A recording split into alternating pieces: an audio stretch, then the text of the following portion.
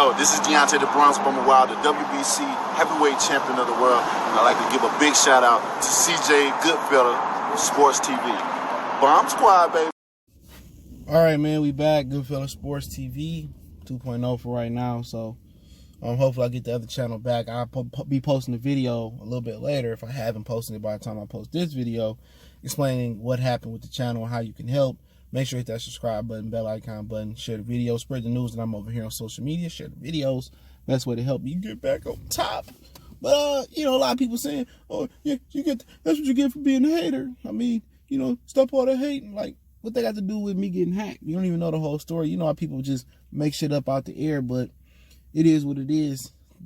I ain't gonna stop. So, great way to kind of segue into Terence Crawford and Errol Spence. All right, today, Todd DeBuff, who is Bob Arum's stepson, and also he is the president of Top Rank. He who really runs it. Bob Arum is just like Jerry Jones, figurehead for the company at this point. Old man that just speak and act like he still run things. Came on and said that Crawford could fight Josh Taylor and Jose Ramirez in the future. Both of those guys want to move up soon. People saying, ha, ha, ha. Oh, man, see who Crawford fighting? See, that's what I don't like.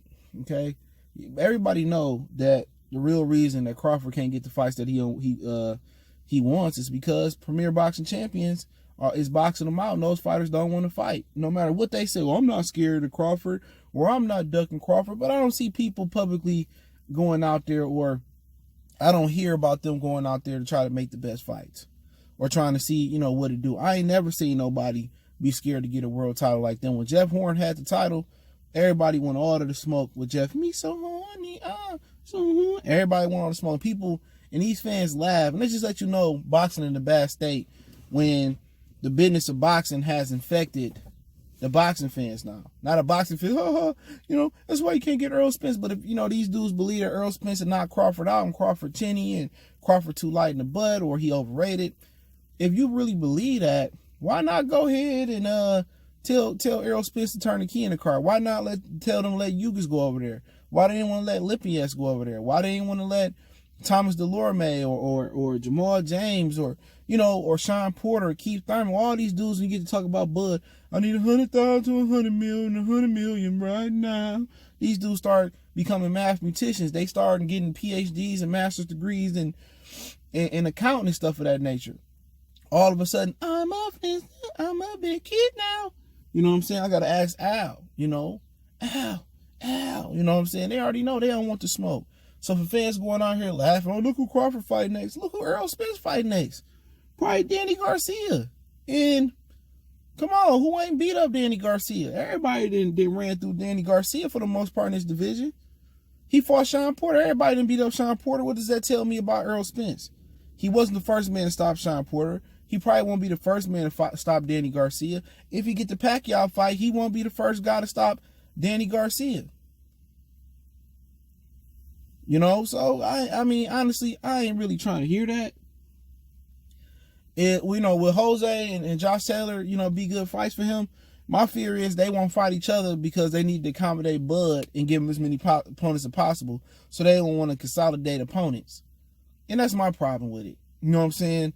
If Errol Spence, like Todd DeBuff said, do step up, then, it's time for Jose and Josh Taylor to make a fight that we want to see. I want to see Jose and Josh Taylor fight more than I want to see Jose fight Crawford or Josh to fight Crawford. That's the fight, the premier fight at 140. That's undisputed. It's unheard of to get, back-to-back undisputed champions at 140, within the same, 2 or 3 year process or almost in the same, in the same 5-year span. That's pretty much unheard of in the four-belt era. But does either one of them really got a chance versus them? Really not. Taylor's a big, strong kid, and he got good footwork. He a switch hitter like Crawford, but Crawford is more slick. Crawford got more range. You know what I'm saying? Crawford is more a dynamic athlete.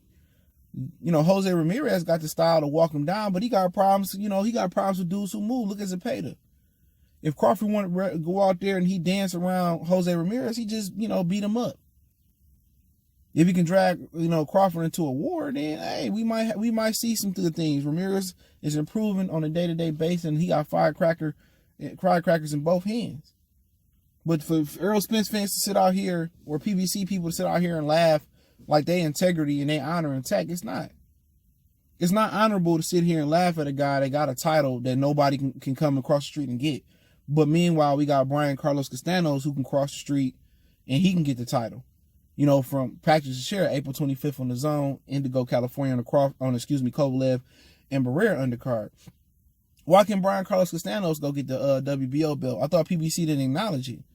But you know why? Because it's a winnable fight. They believe Castanos can beat Teixeira. But the thing about it is Bob Arum gonna win in the long run because he got the better stable now. You know, he didn't got Ramirez, he didn't got Taylor, he didn't got Inouye. Not to mention he didn't had some household names on PBC. Pacquiao, he didn't build Floyd Mayweather, he didn't also had Guillermo Rigondeaux. You know, he done had a lot of different fighters on PBC. You know what I'm saying? Bob Arum got the whole 75-pound division. Right now, he got the 200+ pound heavyweight division on lock. You know what I'm saying?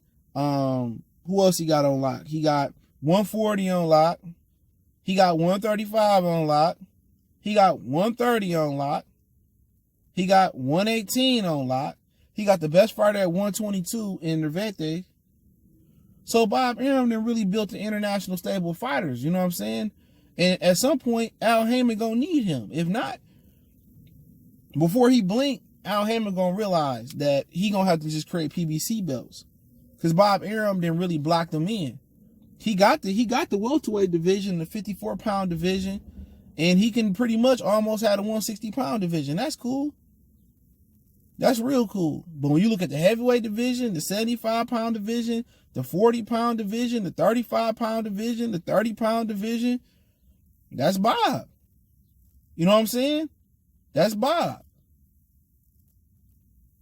You know what I'm saying? That's just the fact of the matter is, it's Bob. In the 60-pound division, it remains to be seen. Canelo might move on. But you still got Demetrius there. Golovkin gonna move on and probably lose. I know him and Canelo gonna do it at 160. Them belts will go up for vacant, but remain to be seen, man. But, you know, with Crawford, you know, it ain't no laughing matter. Even if Earl was in the same position, and Crawford was doing what Earl was doing, and I would be blasting Bob Arum and Crawford. Because my allegiance is to boxing. It's not to an individual promotional company or individual fighter or manager. I love boxing. You know, my first vivid fight remembering boxing was when Holyfield bit motherfucking Mike Tyson's ear off. You know, I go back and watch Willie Pep and Henry Armstrong, and Ray Robinson is one of my favorite fighters to watch, and his 1,000 fights with Jake LaMotta, and, you know, go back, look at Joe Louis, look at Muhammad Ali, and look at Ray Leonard and Duran, Hearns, Benitez, Trinidad, Oscar De La Hoya. You know what I'm saying? Most of them dudes weren't scared to, you know, fight you 1,000 times over. And now we got boxing fans who don't know the true essence or the true meaning of boxing is, you know, truly to be about the sport of boxing. Now they rooting for guys like, you know, Crawford not to get the fights. If you think the PBC fighters are that much more superior than Crawford, which, hey man, I ain't gonna lie, it could be a chance that be true. He go over there and Sean Porter, you know, put him over his leg, him and Kenny, and give him a whooping. Could happen, you know, but it's a good chance that, you know, he go over there and run the table. And a lot of people worry that Crawford may run the table and he might smack everybody. And now Bob Arum not only got 47, he got all the division I named that he already got. But Al Haymon is losing power though, because Al Haymon is not creating stars. Al Haymon is not. He not making the best fights. He now starting to consolidate shit because the division is getting hot. But to be honest, man, I just want to see Crawford fight the best possible opponents. I want to see Earl fight the best possible opponents. I want to see Beterbiev. I want to see, you know, Tyson Fury. I want to see all these dudes fight the best. We win as fans when the best fight the best and these dudes work together. But to laugh and talk about, oh, Crawford, look at Crawford. I mean, come on, Errol Spence not doing nothing that ain't been done before. On his side of the street, he can't do nothing other than knock out Keith Thurman or knock out Danny Garcia. That's it. Other than that, they already lost. He beat Pacquiao, he already lost multiple times. Keith Thurman, he lost. Danny Garcia lost multiple times. Sean Porter lost multiple times. They know how to lose. Pacquiao know how to get knocked out. Thurman know how to get knocked down. Sean Porter know how to get knocked down. You know what I'm saying? They know how to lose. So there ain't nothing on his side of the street he can do to punch his ticket to the Hall of Fame but beat guys that already been beat up before. How you can punch your ticket to the Hall of Fame and become this lineal star in boxing is by putting the Beast by Dre on Terence Crawford. And if you can beat Terence Crawford, then the world is yours. And they said also in the article that both fighters want an extreme amount of money and that they're not household names to get that money. Neither is Deontay Wilder and Tyson Fury. You know what I'm saying? Errol Spence ain't that too far off from Deontay Wilder, and Crawford ain't that too far off from Tyson Fury. But you know why they say that they ain't big enough stars? Because they don't never look to make black versus black. They not in the business of that. They always tell you how two black fighters won't sell. And no, this got to be white and black, or it got to be Mexican and black, or Mexican and white, or Mexican and Mexican, or Puerto Rican and Mexican to sell a fight. That's horseshit. The world awaits Crawford and Spence. That fight would be bigger than Wilder and Fury. You know, it would be. Don't nobody care about Tyson Fury over in America. They barely care about him in the UK. When he beat Klitschko, I couldn't find two Tyson Fury fans to shake hands around the world together. You know what I'm saying? So, well, we'll see, man. But it's always an excuse not to make the best fight the best amongst the black fighters, man. But hey, let me know what you guys think. Don't forget me on Facebook, Instagram, Twitter. Reach out to the email if you got business question, inquiry, sponsorship, video requests. Keep sharing the videos. Appreciate the love, support. Want to make a donation? Cash App, PayPal, information in the description. I'm gonna keep grinding, keep trying to claw my way back until I get an update from YouTube. But I'll put a video up showing that how you can speed the process up. We go.